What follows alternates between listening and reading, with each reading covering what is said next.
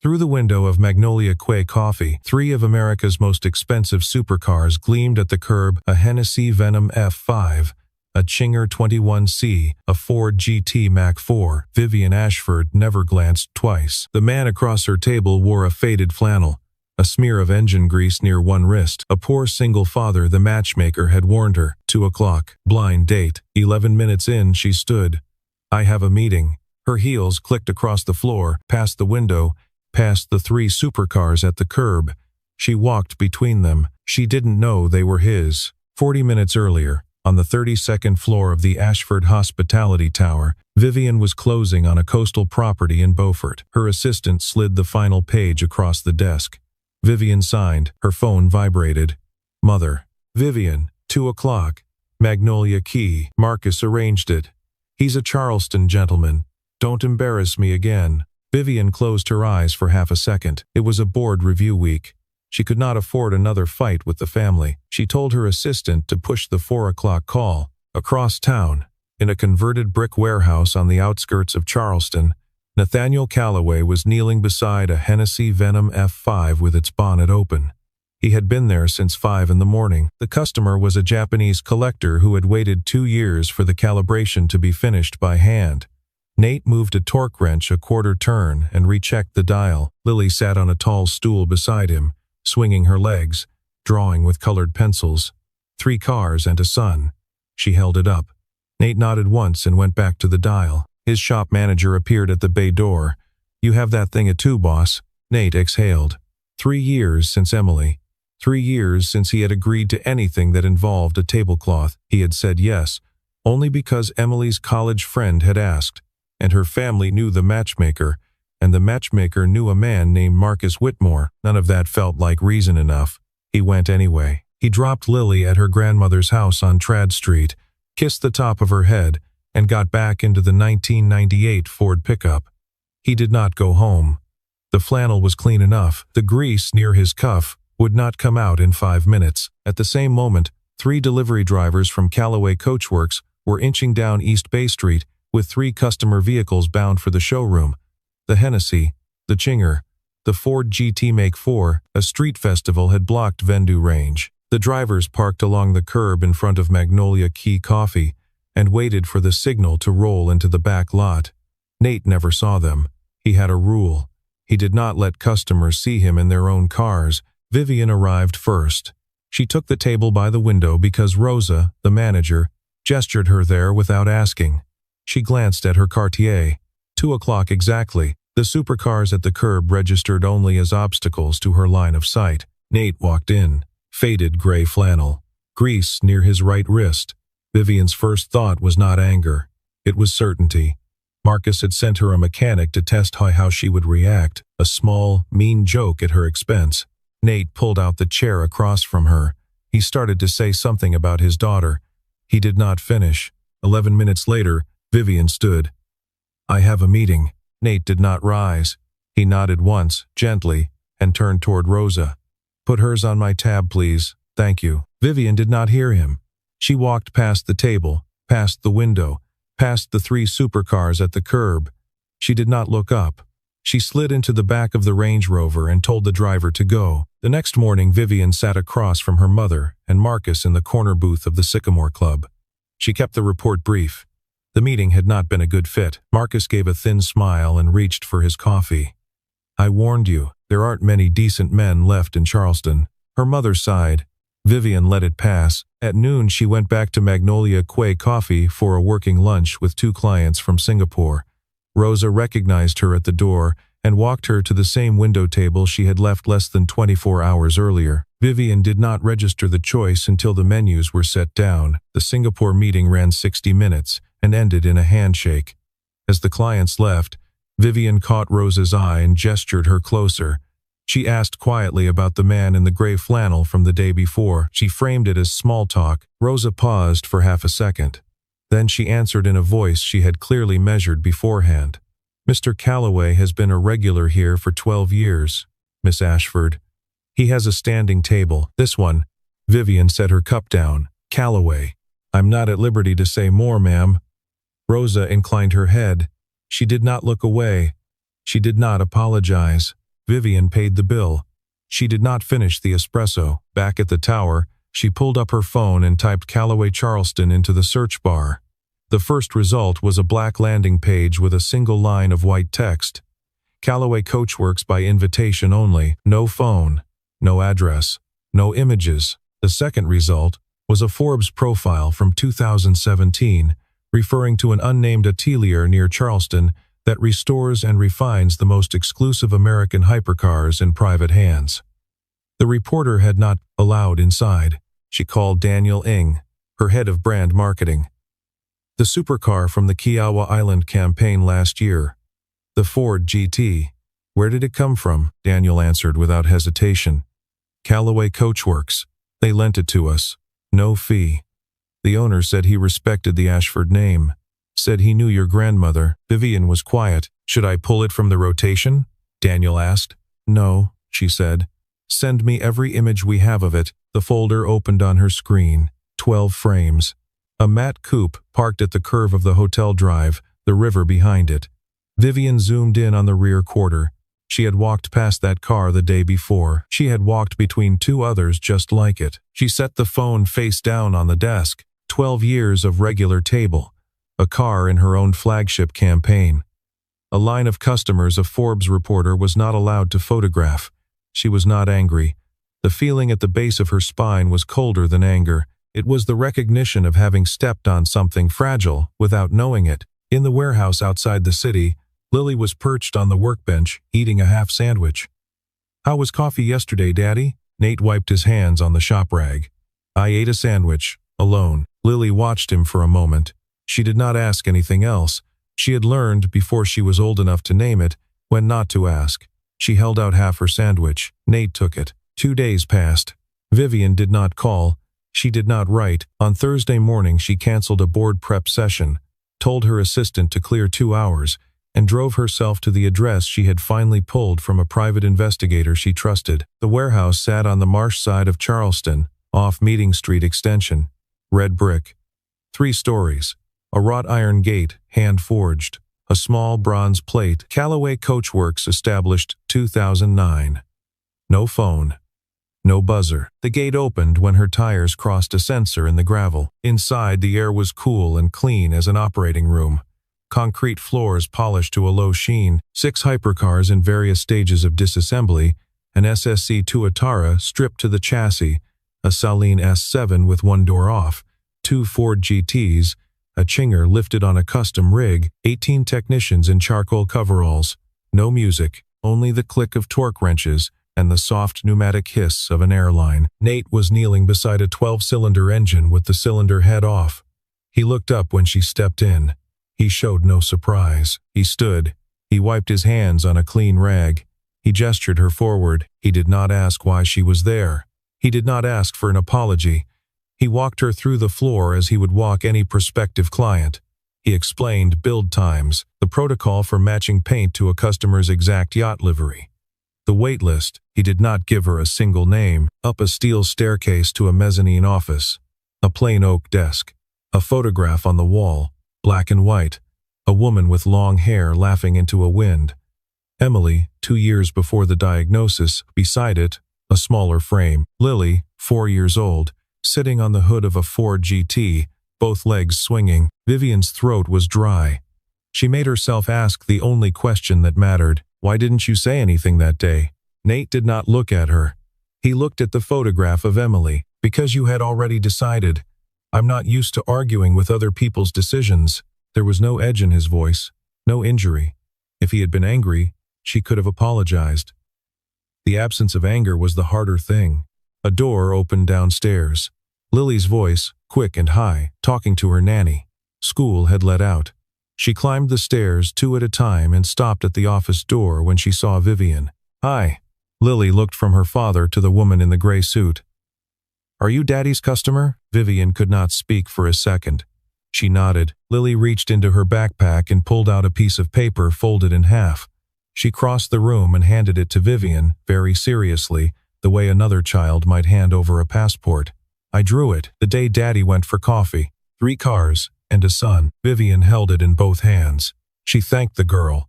Lily ran off to find her nanny. Vivian and Nate walked down the staircase in silence. At the gate, she turned. She started to say something. Nate shook his head once, very slightly.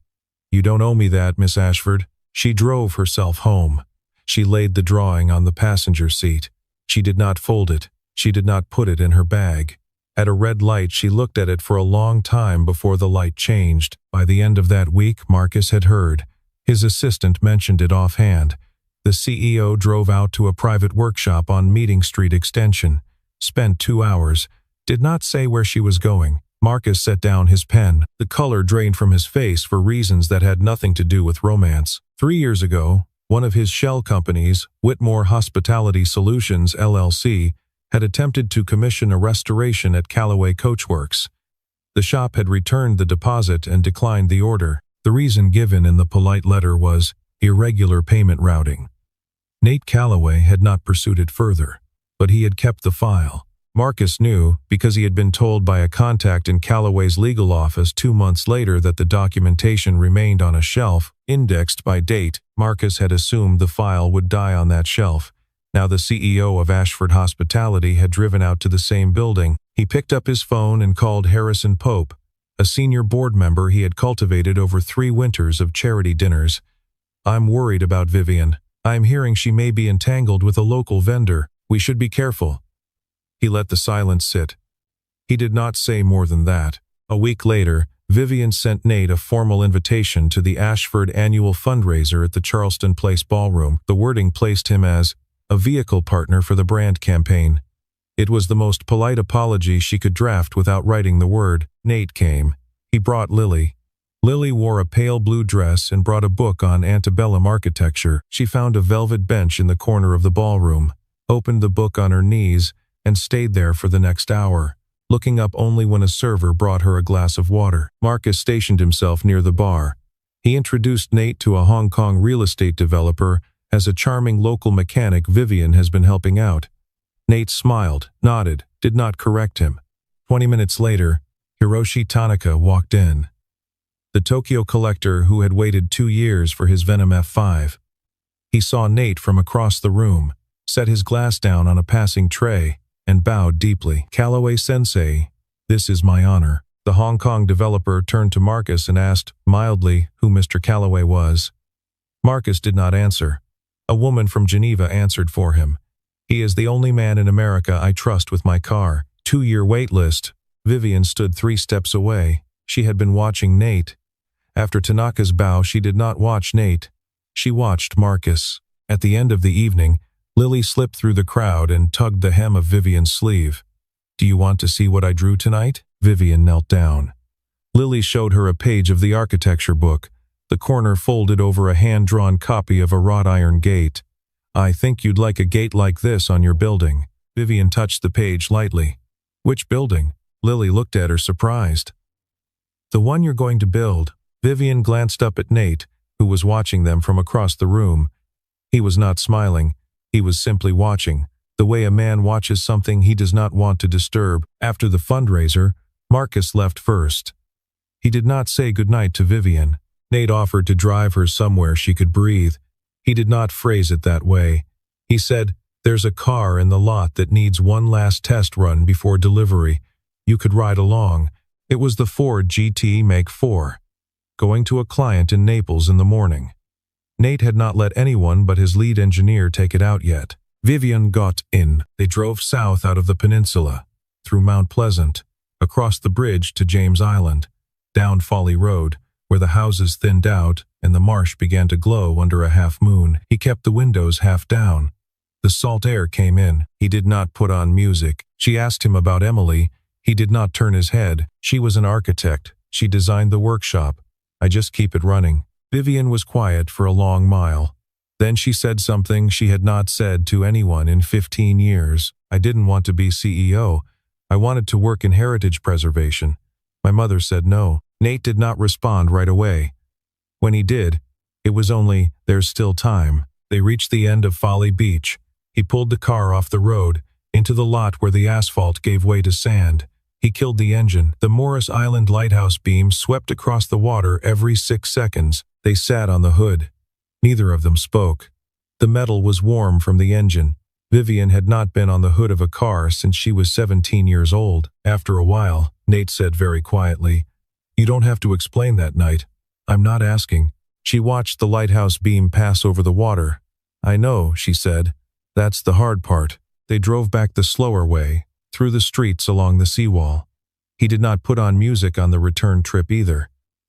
The dashboard lights cast a faint amber on the dial of his watch and the line of his jaw. Vivian did not look at him. She listened to the engine and the wind. He pulled up outside her building on East Bay Street. He did not turn off the engine. He looked at the corner of the lobby light, not at her. "You should pull the third quarter maintenance reports for the Savannah and Hilton Head properties. Specifically the line items routed through an outside contractor. Don't say who told you to look." She turned. "What?" He was already moving. He stepped out, opened her door, closed it behind her. He walked around to the driver's side without looking back. The Ford GT pulled away from the curb and turned left at the next intersection, the sound of its engine falling away down the street. Vivian stood on the sidewalk for a long time. She did not go in immediately. In her apartment, she did not turn on the lights. She walked to the window and looked out over the rooftops of the historic district, where the church spires were lit from below in soft white. She thought about the man who had said almost nothing for 2 hours and then handed her, on the way out, a thread she would have to pull alone. She slept 3 hours. She was at her desk by 6. At 6:15 in the morning, Vivian called her chief financial officer at home. She wanted the maintenance ledgers for Savannah, Hilton Head, and Tybee Island on her desk by 9. 3 years deep, line by line. By 10, she had a pattern. Not enough to indict. Enough to look closer. A few minutes after 10, her front desk called up. "A Miss Rosa Delgado is here from Magnolia Quay Coffee. She doesn't have an appointment." Vivian asked the desk to send her up. Rosa stepped into the office in a gray jacket and clean black slacks. She did not sit. She placed a manila envelope, sealed with wax, on the corner of the desk. "I shouldn't be here, but my husband has been dead 2 years. I have nothing left to be afraid of."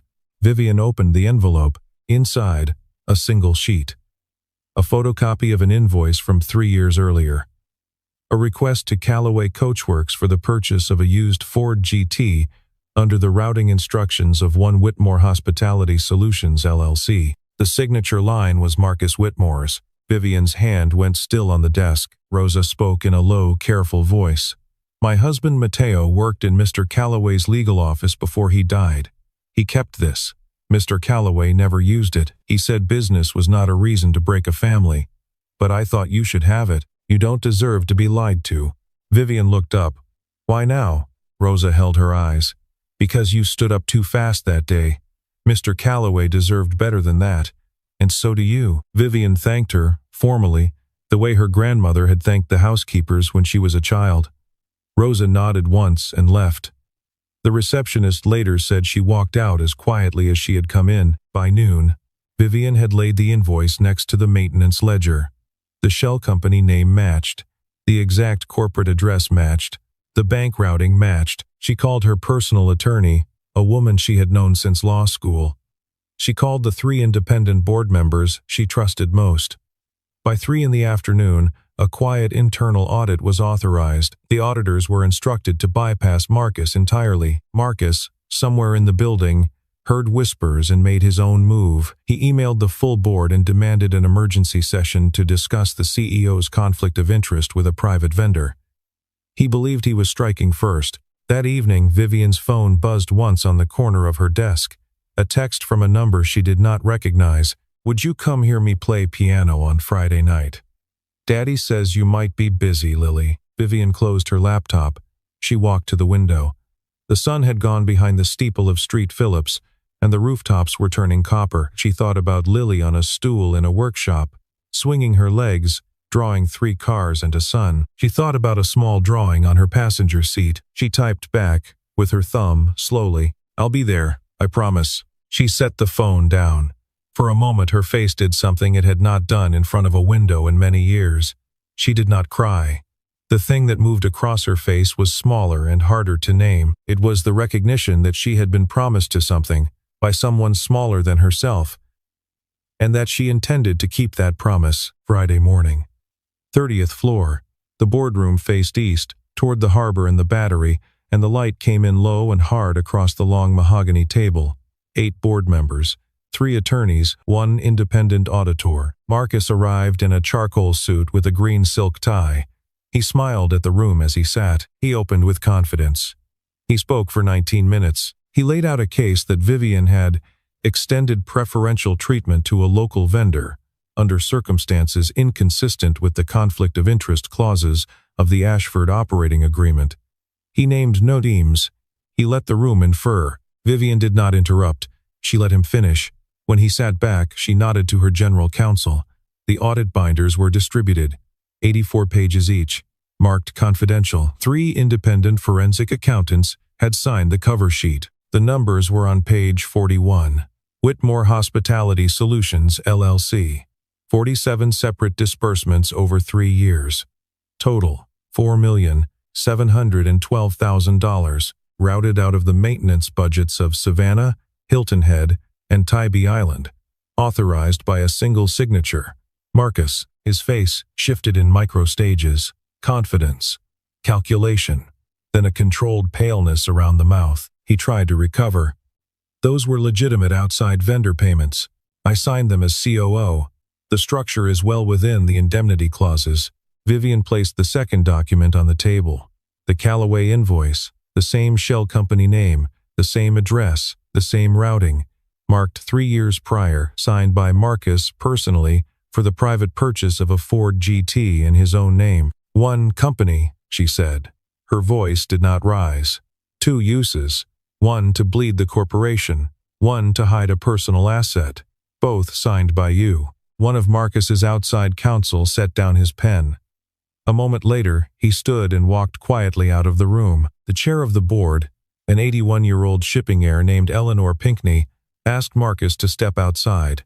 She did it gently. The preliminary vote was taken with him in the corridor. 7-1 Marcus's own proxy, voted on by an assistant who had not yet been informed to suspend him from all positions, freeze his executive accounts, and notify the FBI Charleston field office. When the door opened, Marcus knew before he looked at the table. He turned to Vivian on his way out. He spoke softly, but the acoustics of the room carried. You think a mechanic can shield you from the Ashford name? Vivian did not stand. She did not raise her voice. You never asked him what he did, Marcus. That was your problem, not mine. He left. At the workshop, 10 miles away, Nate was kneeling beside the same engine he had been calibrating that morning. His phone sat face up on the bench beside the tool tray. Screen turned to the empty home screen. He glanced at it once every 20 minutes. He did not call her. He did not text her. He had told her where to look. The rest was hers.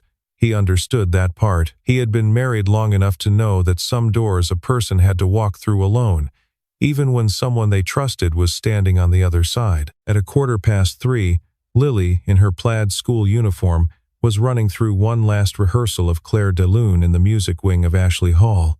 She missed the middle phrase on the first pass. Her teacher, a tall woman with silver hair, told her gently to begin again. Lily started over. She did not miss it the second time. Friday evening. The recital hall at Ashley Hall held 40 families and 1 grand piano. The lights were the warm yellow of old chandeliers. The program was printed on cream cardstock. Lily Callaway was the 5th performer. Nate arrived early. He sat in the 3rd row, second seat in from the aisle. He kept the seat beside him empty. He folded the program in half on his knee and waited. Vivian arrived 2 minutes before the lights dimmed. She had come straight from a 4-hour press briefing. She had not changed out of her work blouse. The collar was slightly creased. She slid into the seat beside Nate without speaking. He passed her the program. She took it. The first 4 children played. Vivian did not register what they played. She watched Nate's hands on his knees. He kept them very still. Then Lily walked out. White dress, black ribbon, hair pinned back on one side. She bowed to the audience, sat down at the piano, adjusted the bench by one click, and placed her fingers on the keys. Claire de Lune, Debussy. Halfway through, in the middle passage, her left ring finger brushed a key it should not have. The note shimmered, off, and resolved. Lily's eyes flicked down to the 3rd row. She found her father's face. He nodded once, Just once, she kept playing. She did not miss another note. The last chord faded. The hall was silent for one beat longer than usual before the applause started. Lily stood, bowed, ran down the side aisle, and threw her arms around Nate's neck. Then, without being prompted, without looking at her father for permission, she turned in Nate's arms and reached for Vivian's hand. She pulled it down to her cheek. "I played that for you," Lily said. "You and Daddy sitting next to each other. That was the right way." Vivian did not cry the way other women cried. Her shoulders moved once. Her face did not change. A single line of moisture moved down her cheek and disappeared into the collar of her blouse. Nate did not look at her. He simply reached into the inside pocket of his jacket and pulled out a folded linen handkerchief, freshly pressed, and laid it across her knee. She took it. She did not raise it to her face. In the parking lot, under the yellow lamps, Vivian saw Nate's 1998 Ford pickup parked next to her Range Rover. The two vehicles looked stranded next to each other. "The oldest cars in the lot," she asked quietly. "Why don't you ever drive any of your own cars?" He did not look at her.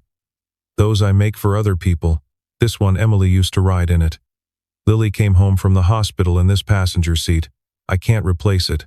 Vivian nodded. She did not ask anything else. She drove home alone. She pulled over 3 times on the way. Once at a stoplight that turned green twice while she sat there. Once on the shoulder of Calhoun Street. Once in front of her own building, before she could bring herself to put the car in park. In her apartment, she laid the folded linen handkerchief on the kitchen counter, beside the drawing of 3 cars and a sun. She did not put either away. 10 days. Marcus Whitmore was removed from every Ashford position by unanimous vote. The FBI Charleston field office opened a formal federal case. Marcus's personal accounts were frozen pending review. The Post and Courier ran a small piece on the 3rd page of the business section. Vivian did not comment. Her office issued a single sentence. "The company is cooperating fully with federal investigators." She stepped back from the day-to-day. She did not resign. She asked the board for a transitional CEO to manage operations for the next 12 months, while she reset her personal direction. The board agreed within the hour. Her standing, internally and in the market, rose. Her family, after a long silence, called her. Her mother asked, with unusual care, whether she was eating. She told her mother she was. She bought 4 adjoining brick houses on the Cooper River side of the peninsula. 1823 antebellum construction, partially derelict, owned for 60 years by a Charleston family that had been holding them through 3 failing decades. She put the deeds into a new nonprofit. She named it the Ashford Heritage Foundation. She made herself the unpaid president. Nate offered, formally and in writing, to donate all of the wrought iron work for the project gates, balcony railings, stair balusters, sconces. He refused payment. The note that accompanied the offer said only, "Consider this Emily's contribution. She would have loved this block." They worked together 3 days a week. They did not call it dating. They ate sandwiches on the front steps of the houses, and they argued about hinge sizes and the exact thickness of restoration-grade window glass. Nate brought his foreman to one meeting. Vivian brought her architect to the next. Slowly, a vocabulary built between them. It was the vocabulary of 2 people doing one thing well, side by side, without negotiation. One Saturday afternoon in October, Vivian took Lily to King Street Books. Nate had a long appointment with a client from Dubai. Lily picked a thick book about antebellum design and another about the history of South Carolina ironwork. Vivian paid for both. They walked down to Marion Square and found a bench in the shade. Lily opened the ironwork book. She read out loud, slowly, mispronouncing 2 of the longer words. Vivian did not correct her. They came to a chapter on hand-forged gates. Lily leaned her head sideways against Vivian's shoulder and stayed there. Vivian did not move. She put her arm along the back of the bench. She did not put it around the child. She left her hand near Lily's hair without touching it. After 40 minutes, Nate walked across the square from the direction of the workshop. He saw the 2 of them from the far corner. He did not call out. He stopped on the brick path 5 steps away and stood there for a long moment, looking at his daughter's head resting on the shoulder of a woman who, 6 months earlier, had walked out of a coffee shop in 11 minutes. He let the picture last another half minute. Then he stepped forward and said his daughter's name. Lily looked up.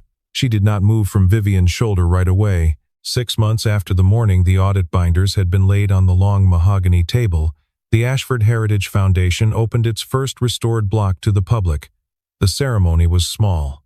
20 chairs, a wrought iron gate by Callaway Coachworks, a length of cream ribbon, a small jazz trio on the back lawn. Vivian wore a pale gray dress and low heels.